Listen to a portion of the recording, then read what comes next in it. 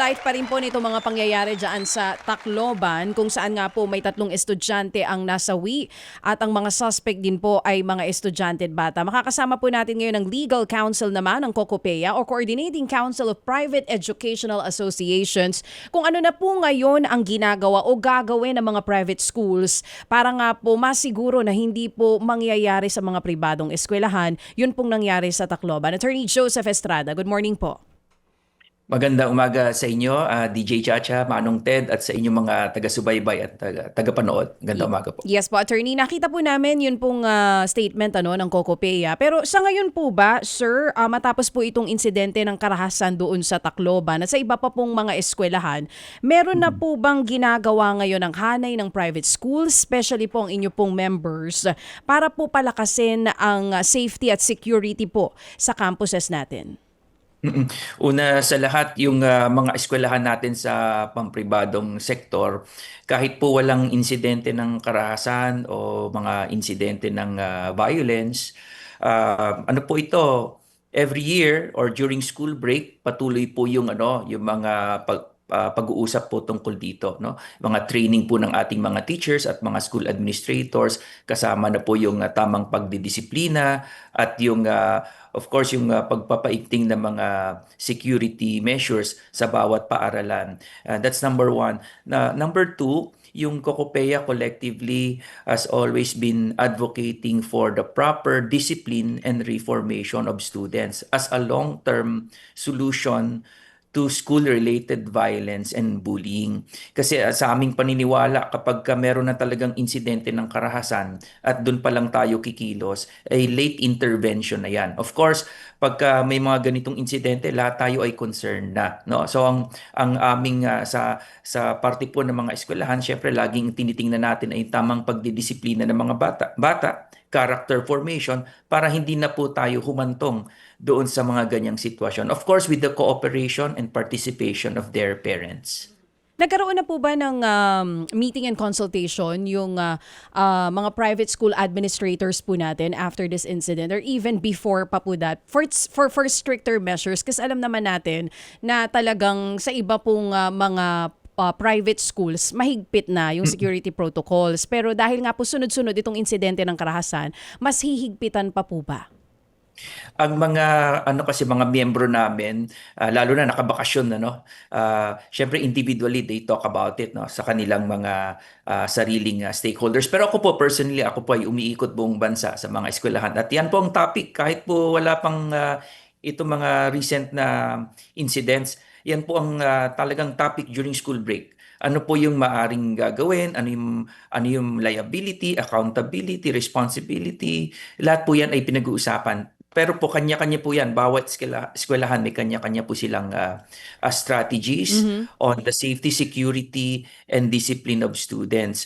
So, alam mo, DJ Chacha, gusto ko lang din i-highlight, no? Katulad po last year, napakarami din po na incidents of violence, pero halos lahat po yon ay sa public school. So, iba rin po rin talaga ang policy environment sa private sector at sa public schools, no? Especially sa amin po sa private schools, ang liability ay umaabot, no, hanggang sa pamunuan ng paaralan, no? As compared to public schools, syempre ang public schools, these are state schools, no? Hindi mo naman pwedeng panagutin ang gobyerno, no? So they're looking at individual responsibilities and liabilities.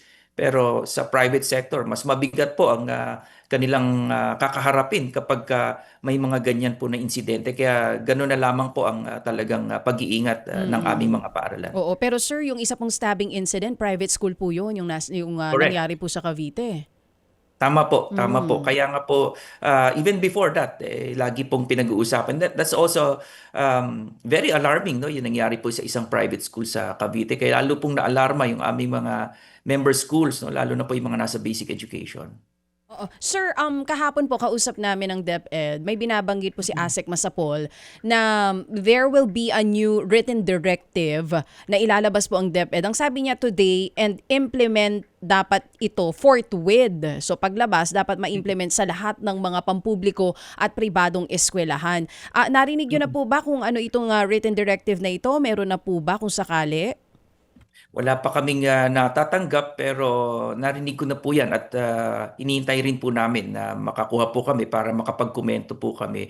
Pero sa totoo lang po, syempre when DepEd releases something, that's a standard, no? Yan yung minimum standard at sa amin kasi sa private schools hindi naman pwedeng pare-pareho, no? We cannot have a policy that is one size fits all. Kanya-kanyang strategy pa rin, no?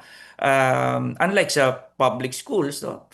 Pwedeng ipatupad yan pangkalahatan at pare-pareho. Para sa private schools, may kanya-kanya pa rin. Talagang kailangan mag-ingat, no? Regardless of, that's just the minimum standard. But of course, beyond that, ang kailangan po nating isatisfy. Talagang mas matinding pag-iingat po lalo na po ngayon.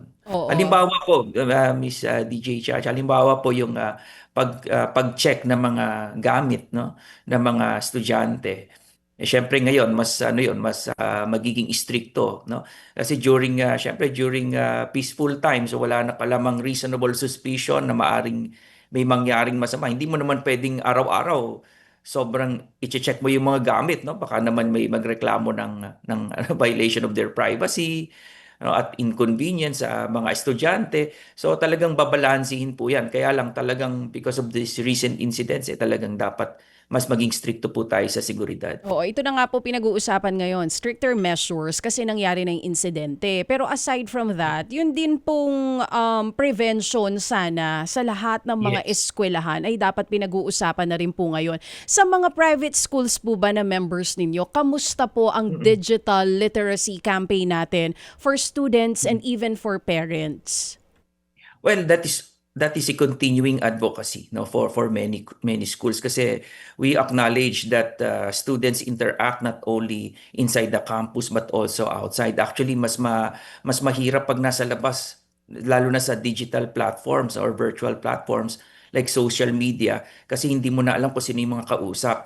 Kaya naman yung mga policy ng school also involves the parents, no? Na lalong na pag wala na sila sa school, no, doon sila nagkakaroon ng access sa gadgets, dapat talagang merong cooperation ng parents. Tulungan yung mga schools to regulate their use of social media and their gadgets kapag wala na po sila sa eskwelahan. Pero ang isa pa, DJ Chacha, ang tinitingnan din namin sa Kokopea, no, as really part of preventive measure is mabigyan po talaga dapat ng authority yung tamang pagbalanse po, no, sa pagdisiplina ng mga bata. Kasi marami po rin sa aming nakakarating na reklamo po ng mga, or concern ng mga teachers, no. I think this is also for public schools. So, maraming concern ng mga teachers ngayon na hindi nila madisiplina yung mga bata because they are always prone to complaints, no, ng Oo, ng mga child estudyante. abuse. Oo, Oh, pupunta po yan sa DepEd tapos yung DepEd pagagalitan yung school. So ngayon oo. parang bumabalik yung issue na yan na parang bigyan nyo kasi kami ng authority Mhm. naman, ng konting latitude naman na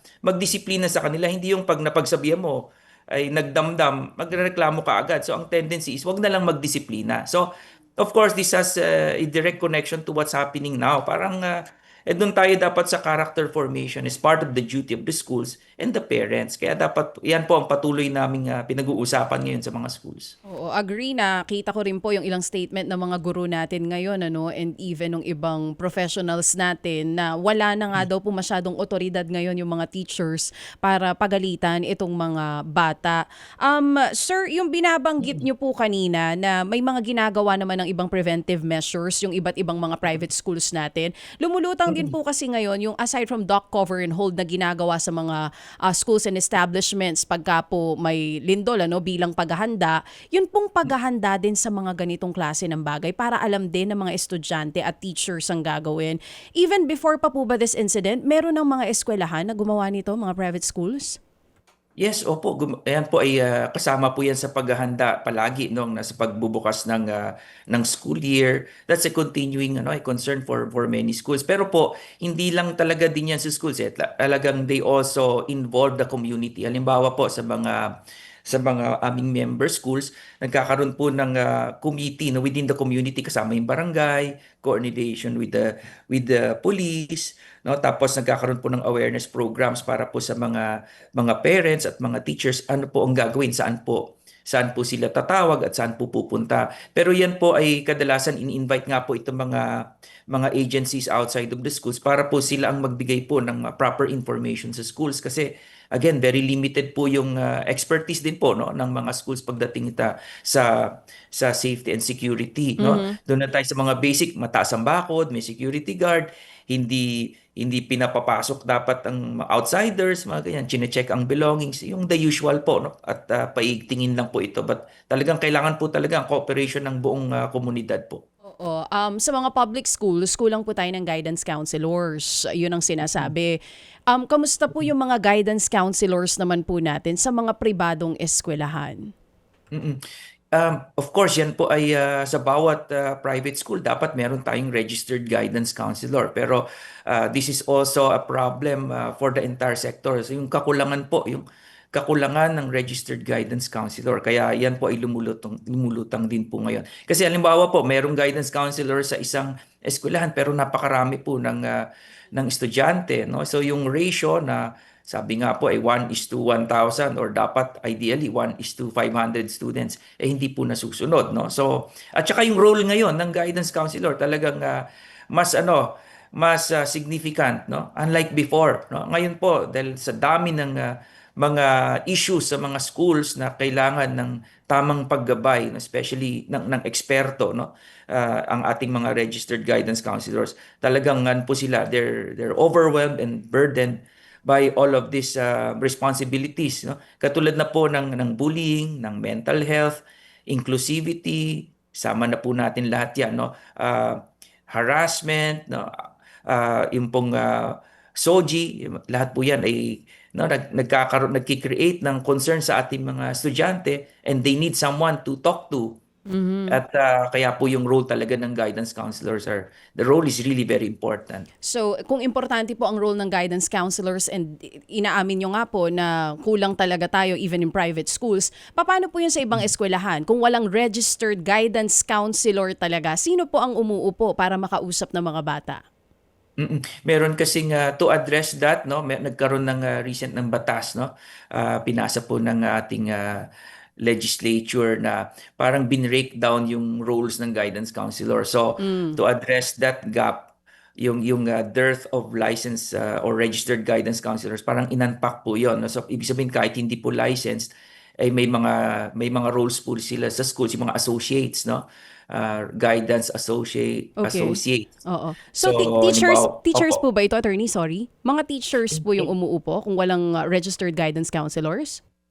Yes, kapag ka talagang walang qualified, talagang mapipilitan na yung teacher na as a part of the front line, sila na po yung gumagabay sa mga estudyante. Pero po meron kasing yung graduate or academically qualified, kaya lang hindi pa po lisensyado na guidance counselor, pinapayagan na rin po yon under po dun sa recent law na nabanggit ko po. Pero it doesn't solve it long term, no? Yan din po ang sinasabi ng mga asosasyon or organization ng registered guidance counselors. We have to address that gap, no? So yan po ay mahabang usapin din, no? Halimbawa we are not able to encourage more guidance counselors because of lack of career progression, Mm. yung kanilang salary. So, yun, altogether na malawak at mahabang usapin pa rin po yan.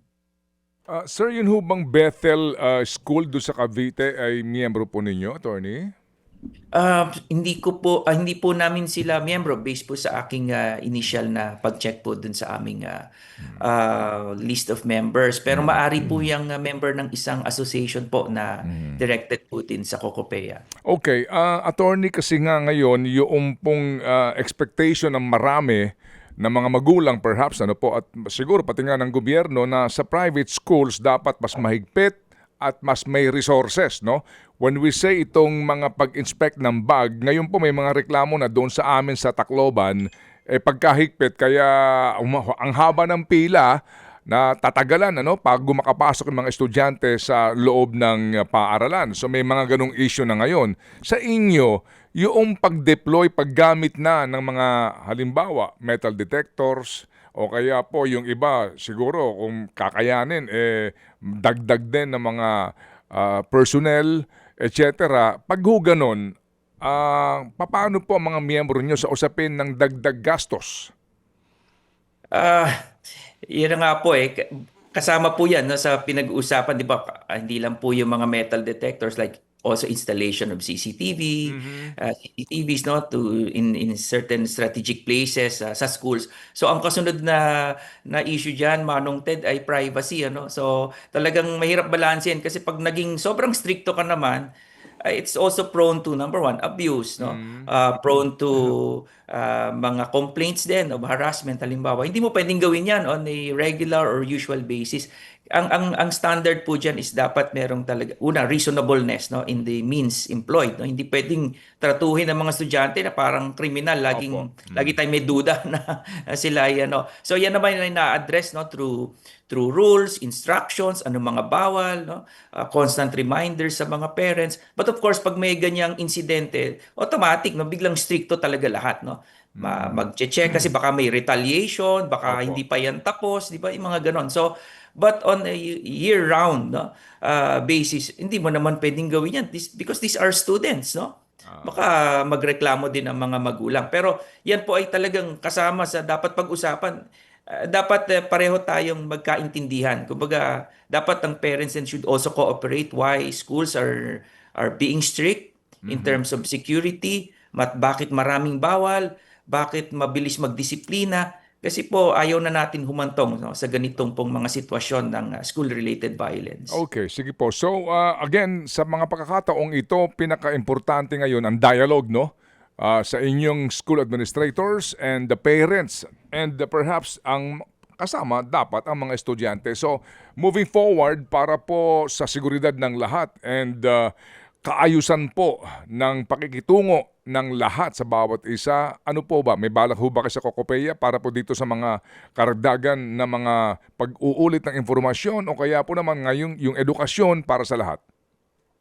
Ang talagang balak po namin una increase yung awareness, no, sa mga schools po, so they can, our respective members can design their own programs, no, for awareness involving more participation from the parents to understand what's happening kasi hindi natin pwedeng yung responsibilidad po ng school, no, hindi po natin yan pwedeng always in isolation of the role of the parents kasi 'di ba talaga namang at the end of the day Opo. it's really the primary right and duty of the parents before the school, no, before the government, pero lahat yan dapat nagtutulong-tulong. So awareness programs, preventive measures, at of course yung in case of emergency saan po dapat talaga tayo pupunta. And we will be writing also ang ating pong mga government agencies to help us to inform us, no? Help us train our teachers on what needs to be done, no, in cases of tragic incidents like this. Opo, parang doon nga, no, sa Amerika ngayon, kasama na po sa mga drill yung ganyang uri po kapag merong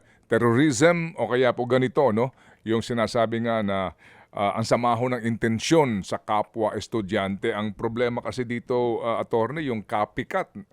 Yung alam niyo ho yun, dahil ito'y laman ng balita ngayon, doon po sa Amerika, siguro nakita niyo yung t-shirt nung isa, yung t-shirt na suot niya, yung ang suot ng t-shirt at mga pareho po ng mga sinasabing kwento nung mga gumawa ng mass shooting sa Amerika.